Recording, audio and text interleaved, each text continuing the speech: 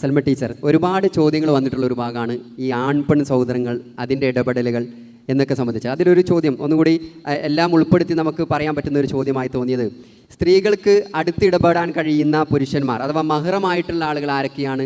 Cousins ഇതിൽ ഉൾപ്പെടുമോ? അതേപോലെ തന്നെ അവരോട് ഈ കസിൻസൊക്കെ ഒരേ വീട്ടിൽ താമസിക്കുന്ന കസിൻസ് ഉണ്ടാവുമല്ലോ, അപ്പോൾ അവരോടൊക്കെ ഇടപെടുമ്പോൾ ഏത് രീതിയിലാണ് ഇടപെടേണ്ടത് എന്നുള്ള ചോദ്യമാണ്. അസ്സലാമു അലൈക്കും വറഹ്മത്തുള്ളാഹി. സൂറത്തു നിസാ ആണ് സ്ത്രീകളുടെ അവകാശങ്ങളെക്കുറിച്ച് ഏറ്റവും കൂടുതൽ, ബാധ്യതകളെക്കുറിച്ച് അവകാശങ്ങളെക്കുറിച്ചൊക്കെ നമുക്ക് മനസ്സിലാക്കി തരുന്ന വിശുദ്ധ ഖുർആനിലെ അധ്യായം. അതിലാണ് സൂറത്തു നിസായിലെ 23-ാമത്തെ ആയത്തിൽ അള്ളാഹു അതിനെക്കുറിച്ച് വിശദീകരിക്കുന്നുണ്ട്. കുടുംബ ബന്ധവും വൈവാഹിക ബന്ധത്തിലൂടെയും മുലകുടി ബന്ധത്തിലൂടെയുമുള്ള ബന്ധങ്ങളിലാണ് ഈ വിഷയങ്ങൾ നമ്മൾ മനസ്സിലാക്കേണ്ടത്. കുടുംബ ബന്ധത്തിൽ പിതാവിനെയും പിതാമഹന്മാരെയും കല്യാണം കഴിക്കാൻ പാടില്ല. എന്ന് വെച്ചാൽ മഹ്റം എന്ന് പറയുമ്പോൾ വിവാഹം നിഷിദ്ധമാക്കപ്പെട്ടവരും എന്നാൽ അടുത്തിടപഴകാൻ പറ്റുന്നവരുമായിട്ടുള്ള ആളുകളെക്കുറിച്ചാണ് മഹ്റം എന്ന് വിശേഷിപ്പിക്കുന്നത്. അപ്പം അതുകൊണ്ട് തന്നെ കുടുംബ ബന്ധത്തിൽ നമ്മൾ പറയുമ്പോൾ പിതാവിനെയും പിതാമഹന്മാരെയും ഉപ്പുപ്പമാരെ കല്യാണം കഴിക്കാൻ പാടില്ല ആ ഒരു ഗണത്തിൽ.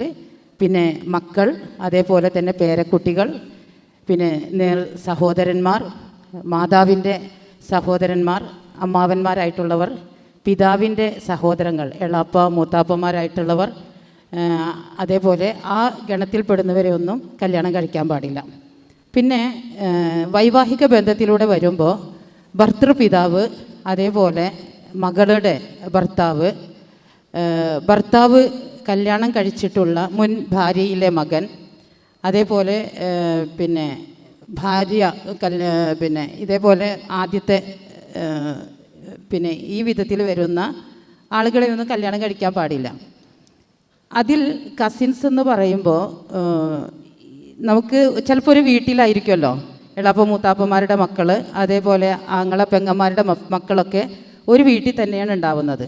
പക്ഷേ അവർ കുടുംബ ബന്ധക്കാരാണെങ്കിലും അടുത്ത ബന്ധമാണ് എന്ന നിലക്ക് നമ്മൾ മനസ്സിലാക്കുമ്പോൾ തന്നെ അവർ ഇസ്ലാമിൽ വിവാഹം കഴിക്കാൻ പറ്റുന്നവരാണ് എന്നതുകൊണ്ട് ആങ്ങള പെങ്ങന്മാരുടെ മക്കൾ, ജ്യേഷ്ഠനിയന്മാരുടെ മക്കൾ, ജ്യേഷ്ഠത്തി അനിയത്തിമാരുടെ മക്കൾ തമ്മിൽ വൈവാഹിക ബന്ധം ഇസ്ലാമിൽ അള്ളാഹു അനുവദിച്ചിട്ടുണ്ട് എന്നതുകൊണ്ട് തന്നെ അവരെ അന്യപുരുഷന്മാർ, ഗൈറു മഹ്റം എന്ന രീതിയിലാണ് അള്ളാഹു നമുക്ക് മനസ്സിലാക്കി തന്നിട്ടുള്ളത്.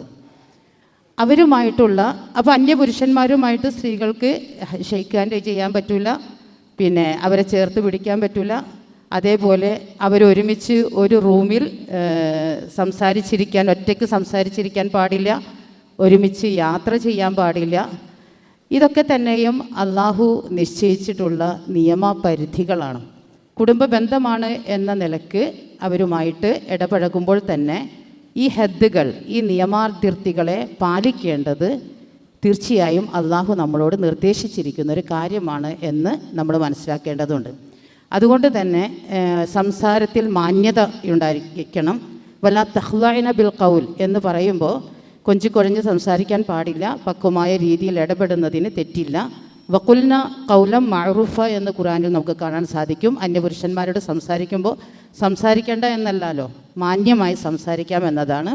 അപ്പോൾ ആ നിലക്ക് ഈ അതിർത്തികളെ ശ്രദ്ധിച്ചുകൊണ്ടും പാലിച്ചുകൊണ്ടും ജീവിക്കേണ്ടത് ഏറ്റവും അത്യാവശ്യമാണ്. ഇന്നത്തെ ഒരു സാമൂഹിക സാഹചര്യത്തിൽ പൊതുവേ പറയാറുണ്ട്, അതെൻ്റെ കസിനല്ലേ എന്ന് ചോദിക്കാറുണ്ട്. നമുക്കും തോന്നും ഒരു കുടുംബത്തിൽ ഒരു തറവാട്ടിൽ ഒരുമിച്ച് ജീവിക്കുമ്പോൾ അത് പ്രശ്നമില്ലാന്ന്. ഇതേപോലെ തന്നെ മുലകുടി ബന്ധത്തിലുള്ളവർ രക്തബന്ധത്തിൻ്റെ പരിധിയിലാണ് വരുന്നത്, അവരുമായിട്ട് ഇടപഴകുന്നതിന് തെറ്റില്ല. ആ നിലക്കാണ് നമ്മൾ ഈ മഹ്റമിനെ കാണേണ്ടതും മനസ്സിലാക്കേണ്ടതും ഇടപഴകേണ്ടതും.